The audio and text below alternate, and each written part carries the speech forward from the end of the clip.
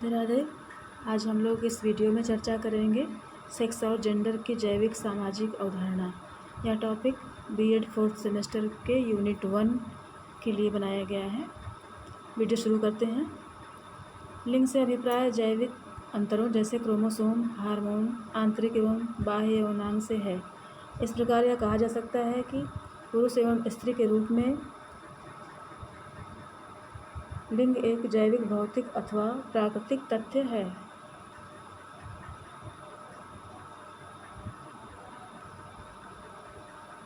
जो संपूर्ण संस्कृत में एक समान अर्थ में समझा जाता है।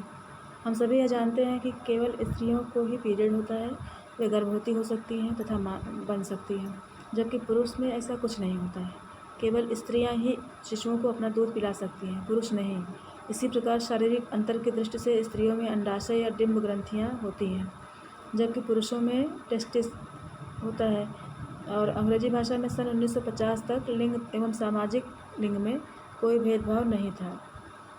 लिंग की सामाजिक रचना होने के नाते जेंडर से अभिप्राय लिंग के अनुरूप किए जाने वाले व्यवहार, भूमिकाओं, प्रत्याशाओं तथा समाज में की जाने वाली क्रियाओं से है।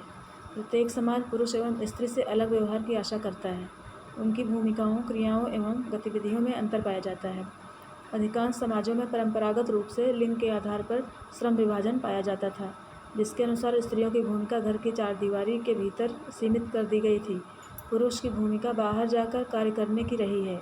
इस प्रकार यह कहा जा सकता है कि समाजशास्त्रीय भाषा में जेंडर पर आधारित भूमिका से अभिप्राय विभिन्न संस्कृतियों में लिंग के अनुरूप किए जाने वाले व्यवहार और प्रतिमानों से है।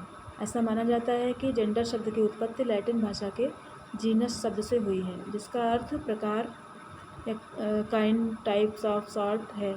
इसका अर्थ वर्ग के रूप में भी लिया जाता है। यह वह वर्ग है जिसके साथ समाज के लिंगानुरूप मान्यताएं जुड़ी होती हैं।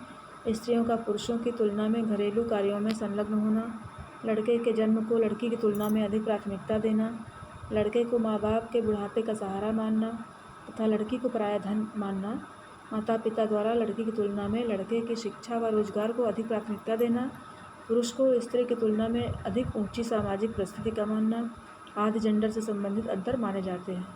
जेंडर को तुलना का एक सूचकांक मानकर किए गए अध्ययनों ने पूरे विश्व में लिंगों से समानता अर्थात स्त्री एवं पुरुष में किए जाने वाले भेदभाव को कम करने तथा अंततः इसे पूरी तरह से समाप्त करने के लिए एक लहर विकसित कर दी है। भारत जैसे देशों में स्त्रियों के साथ विभिन्न क्षेत्रों में किए जाने वाले भेदभाव को समाप्त करने हेतु प्रयासों में तेजी आई है तथा उनके सकारात्मक परिणाम भी सामने आ रहे हैं।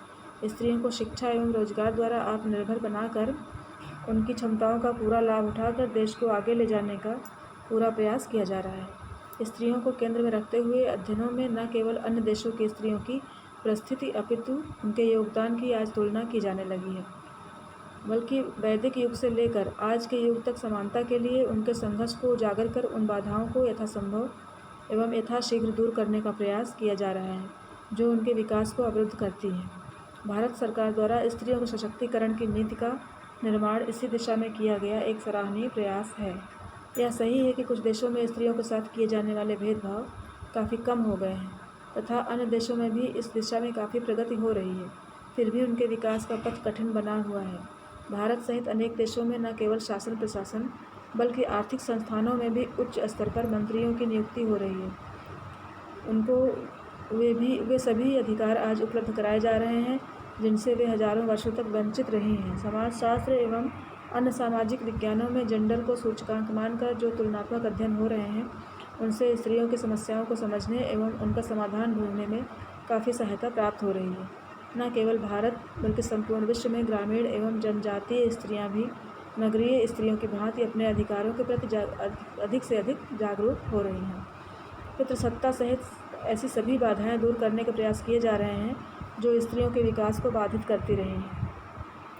वैश्वीकरण के 21वीं शताब्दी में आज के सामाजिक न्याय को महत्व देने वाले युग में स्त्रियों के ऐसे राष्ट्रीय एवं अंतर्राष्ट्रीय संगठन विकसित हो गए हैं जो उन पर होने वाले किसी भी अत्याचार के विरुद्ध आवाज़ उठाने, स्त्रियों को संगठित करने तथा शासकों को अत्याचार करने वालों को शीघ्र एवं उपयुक्त सजा दिलाने हेतु विवश करने लगे हैं।